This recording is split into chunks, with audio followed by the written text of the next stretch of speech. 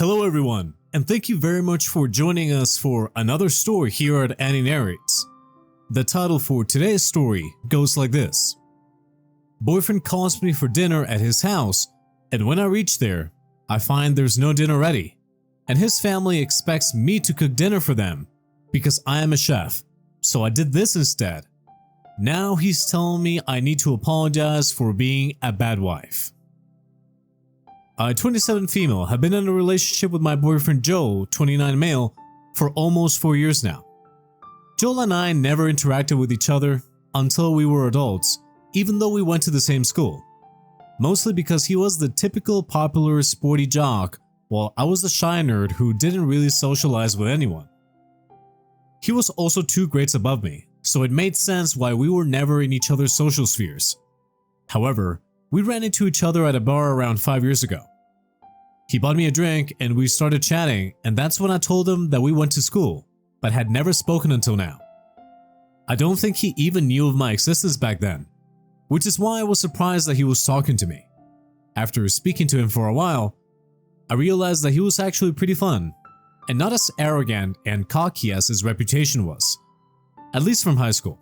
We were enjoying each other's company, and I will admit, I was pretty flattered by the attention. So when he asked me out on a date, I said yes. We went on a few dates over the next couple of months, and one thing led to another and we started dating.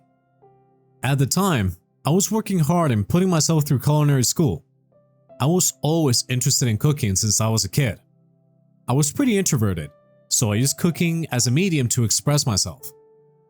I managed to secure a prestigious spot in a top culinary school in my state, with a lot of help from my parents, a bunch of student loans, and working my butt off doing part-time jobs. I was finally able to pay the fee. This was my passion, and my ultimate dream was to one day open my very own restaurant. Culinary school is no joke. It is a very common misconception that cooking is easy. It is an art and a science. I used to attend hours and hours of lectures and theory classes where I learned about different cuisines and the origins of ingredients and dishes, flavor combinations, cooking techniques, and the list goes on and on. This was followed by hours of practical where we had to observe, learn, and replicate dishes. I used to be pretty burned out by the end of the day. Joel was a business major and was working as an intern at a multinational company. It was very difficult to meet regularly, but we somehow managed to make it work. We moved in together after 2 years of dating.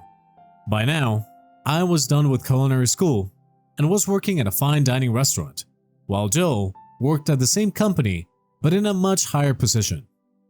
You could call him a finance bro, as people do these days.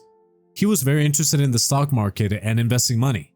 He had an app on his phone which tracked the stocks, and he would be glued to it all the time. I guess it was important for his job, but he started making investments using the money that we set aside for rent and other things, and that used to get on my nerves. Every time I brought it up, he disregarded me and told me that by investing, he was going to make way more than we have. But somehow, he never returned the money or spent the money on improving our home. He also never took anything I said seriously, brushing off all my suggestions as if they didn't matter. I just kept my mouth shut because he was earning more than me after all, and I didn't want to get into a fight even though I was hurt. I think by now you would realize that I'm somewhat of a people pleaser. Since I never really liked interacting with people, I hated confrontations. I didn't want to offend the other person, even if it meant that I wasn't happy. I realized that this wasn't a healthy attitude to have, and I had to learn how to speak up for myself, especially when it came to matters of money and savings.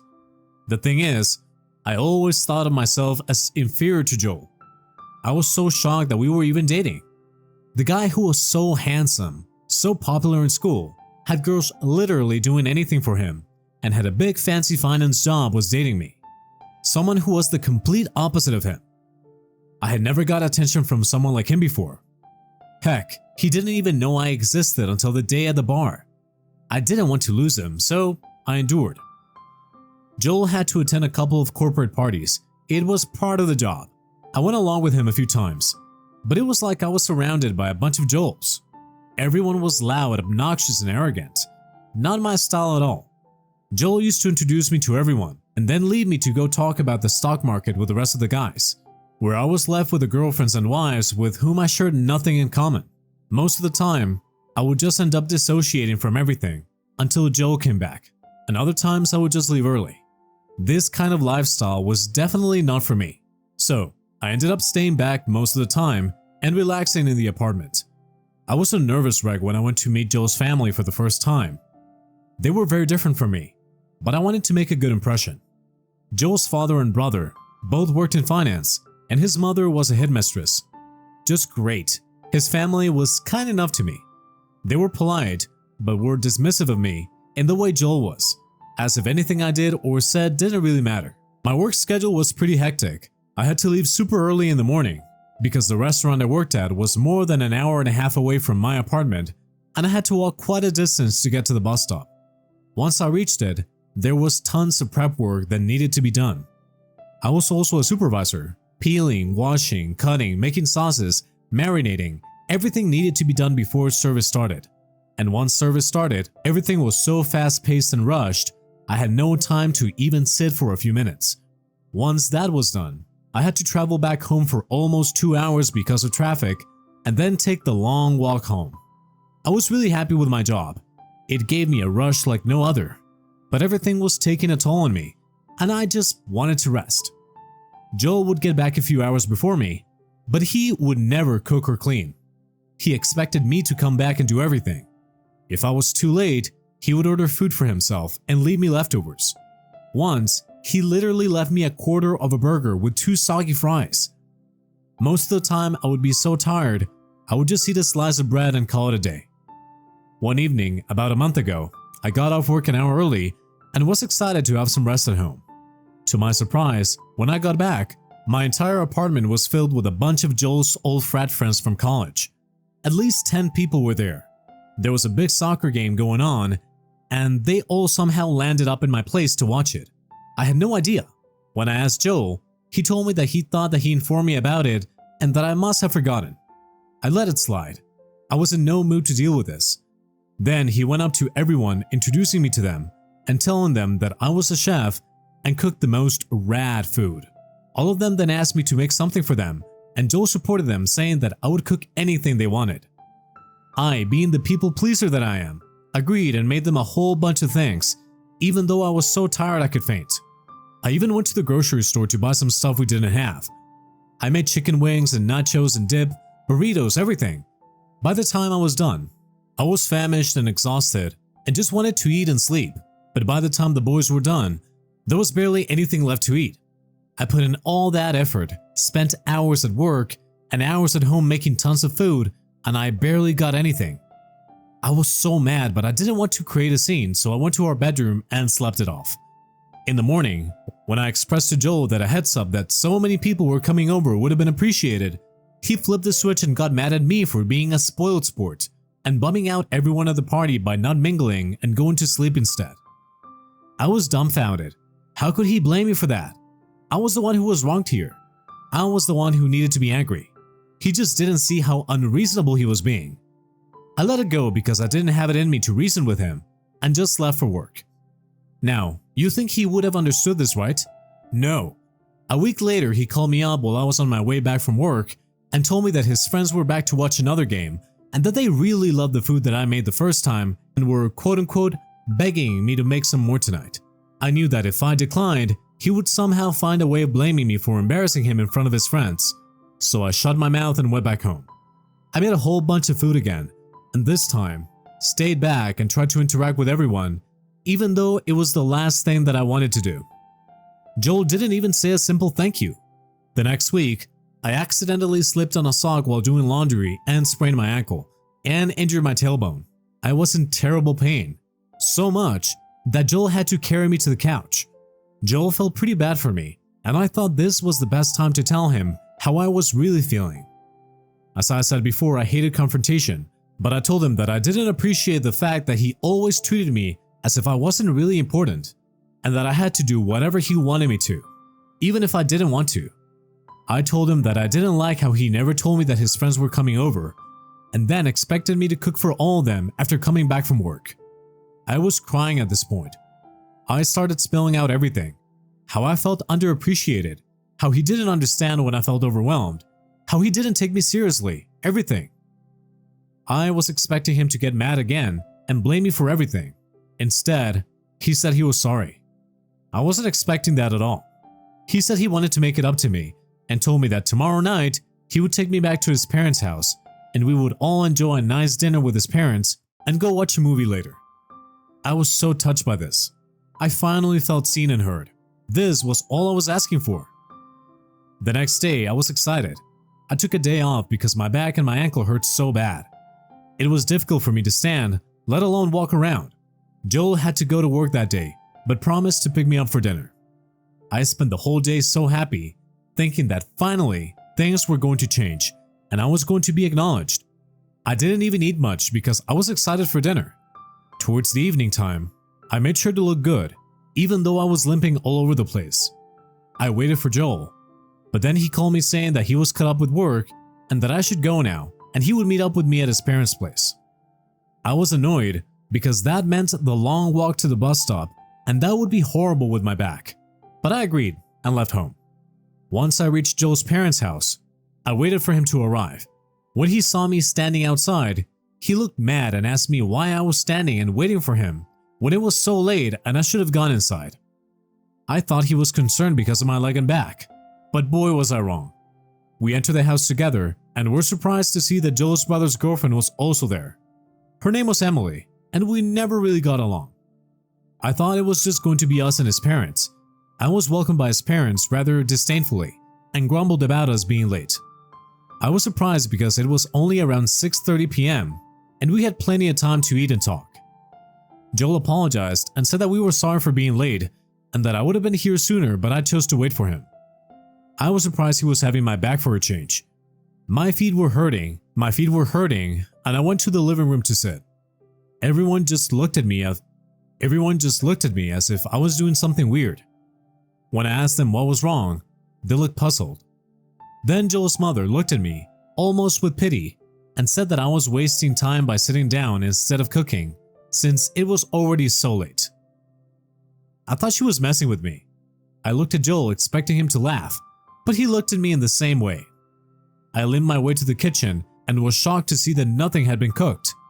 The kitchen was spotless. I asked them if they were seriously expecting me to cook. I had to come to their house. Nobody had told me that I was supposed to do the cooking. I was in excruciating pain and could barely even move around. They said that they expected me to cook because I was a chef, and if I couldn't do the cooking, then what else could I do? I was so hurt. I didn't know what to say. I kept expecting this whole thing to be a prank, but this was actually happening. Joe said that he thought that it was a given that I was the one who was going to cook. I reminded him that he told me that he was going to take me to his parents' house to have a nice meal, and he said this just after I poured out my feelings and told him about how I absolutely detest the way he treats me, and he even apologized. He never once mentioned that I was supposed to do the cooking. I was in tears by this point.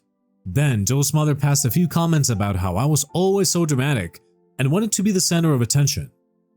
She said that I was a chef and it is a chef's job to cook, so I shouldn't blame them for thinking that I was going to cook. Then she said that Emily, who was a lawyer, was actually contributing to the world and helping people out without ever losing her temper, and then there was me, a chef who couldn't do her job. Instead, I threw tantrums when I didn't get my way. This was it for me. They wanted me to cook, I will cook. I stooped up, wiped away my tears, and smiled. They were going to pay for this. I told them I was sorry for acting like a child.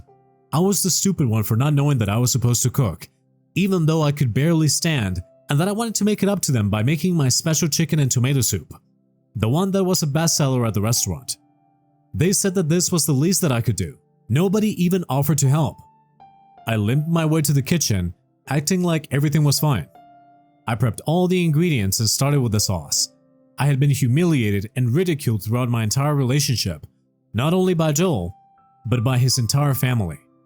I never spoke up for myself, but now it was time that I made a statement and show this family that I cannot be pushed around and treated like crap anymore. My soup was cooking perfectly. I just had to add one special ingredient: red chili powder, not the milled paprika, proper spicy chili powder. I dumped the entire bottle in and let the soup simmer. Once it was done, I served it up and even made some garlic bread. I even set the table and called everyone over. I told them that it was an honor cooking for them and I would love to see them enjoy my food before I ate. They looked impressed and all of them went in for a big spoonful of soup. Needless to say, it was chaos. Joe's mother spat out the soup, while his father had water streaming from his eyes. Joe himself was running all over the place for water, while Emily was yelling. I just stood there and watched the chaos unfold. Everyone was too busy trying to cool down, they didn't have time to bother me. Too bad I threw all the milk out. After they managed to calm down, they looked at me with disbelief. Never in their wildest dreams would they have expected me, the quiet, shy me, to do that. I told them that I had had enough of their belittling comparisons, condescending comments, and dismissiveness, especially Joel. He had always treated me like I was just a commodity, always there to cook and clean, as if I had no feelings of my own. He treated me so poorly that I should have left him ages ago. But I was afraid. He was doing me a favor by dating me, and I would never find a better man. That's what I thought. But that was the old me. I was not going to take crap from them anymore. With that, I stormed off and went straight to one of my friend's house, asking her if I could stay for a few days.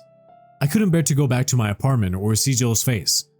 Joel called me several times asking me to come back and apologize to his parents for doing such a vile thing. He said that I was a huge disappointment and that I was being a bad wife and that he never should have dated me. I told him that I was never his wife and I was not going to be his girlfriend anymore either. As for his parents, I was not going to apologize. I felt like they deserved what they got. It was high time I started standing up for myself. Am I the a-hole for behaving like this? Hi guys, I first would like to thank everyone for being so supportive of me. I posted this not expecting anything, but the overwhelming response I got from all of you meant so much to me. It made me feel validated and finally heard. There was also a few of you who said that what I did was stupid because I could have quote-unquote killed them. No, they had one spoon. The most they would have suffered was the next day on the toilet. It's been a week since the incident, and I finally met Joe. He told me that he was sorry that he made me feel terrible my entire relationship, but what I did was wrong and I had to apologize to his parents, otherwise he would have taken me back. I told him that I didn't want him to take me back. I was breaking up with him, and I was not going to apologize. Yeah, that didn't go down well. He started yelling at me, calling me a waste of time and a good for nothing. He said that he wasted 5 years of his life with me when he could have easily gotten any girl he wanted. Instead, he gave me a chance, and that was the worst mistake he ever made. I told him that the only reason he was with me was because he could continue living like a bachelor, even though to everyone else, he was in a relationship. I went along with everything he said, worked like a maid, did everything for his attention and validation, and yet was treated like absolute trash. I never spoke up, never fought, and even bore with his family's constant nagging. No other woman would have let that happen, and now he was going to find out just how hard it was going to be to keep a woman if he didn't change, because I was done with him. This was earlier today. Right now I'm still living with my friend, and I'm on the hunt for a reasonable apartment. Hopefully I get some good news soon. One thing is for sure though, I am never going to let anybody treat me like Joel and his family treated me ever again. Hello everybody, just popping in to say that I have officially broken up with Joel for good. I went along with my friend to collect all my stuff from the apartment. As usual, he started guilt-tripping me and making me feel bad, but I was used to it by now, and I was not going to fall for it anymore. He told me that it was okay for me to be mad at him, but it wasn't right for me to do that to his parents, and that if I was a good person, I would send them something and apologize. I told them that I wanted nothing to do with him ever again, but I do feel bad about what I did to his parents, especially for his mother. I told him that I would apologize by sending her a very thoughtful gift that she is going to remember forever, and hopefully she finds it in her heart to forgive me. The next day, I sent a small parcel to Joe's mom. It was a small packet of red chili seeds. Attached to it was a small note which said, "Here's to growing to be better people. P.S. Sorry, not sorry." Yes, maybe I was being petty, but it felt good. This also may have worked out because I haven't heard from Joel since. I guess my message was loud and clear. Hi, oh my god, these comments are hilarious. Glad y'all liked the gift. Now an update. I found the perfect apartment. I put in the deposit yesterday and we'll be moving in this weekend. It's a beautiful place with a very decent rent, and the best part is that it is literally a 5-minute walk away from my restaurant. My prayers have been finally answered. No more long commutes for me. I have been doing pretty good as well. I got promoted at work and my passion for cooking had increased. Hopefully, one day I'll be able to have my own restaurant or cafe. But for now, I am super content with how things are going. I haven't heard from Joel in months, but he's dating someone new. Good luck to her. That relationship was probably one of the worst things that happened to me. But I finally learned to stand up for myself, and I am grateful for that. I want to thank all of you once again for all the support and advice. I appreciate it. And that was a wrap up for today's story. Thank you very much for listening. Smash that like button for me and subscribe for more stories. Thanks again. We will be seeing you in the next one.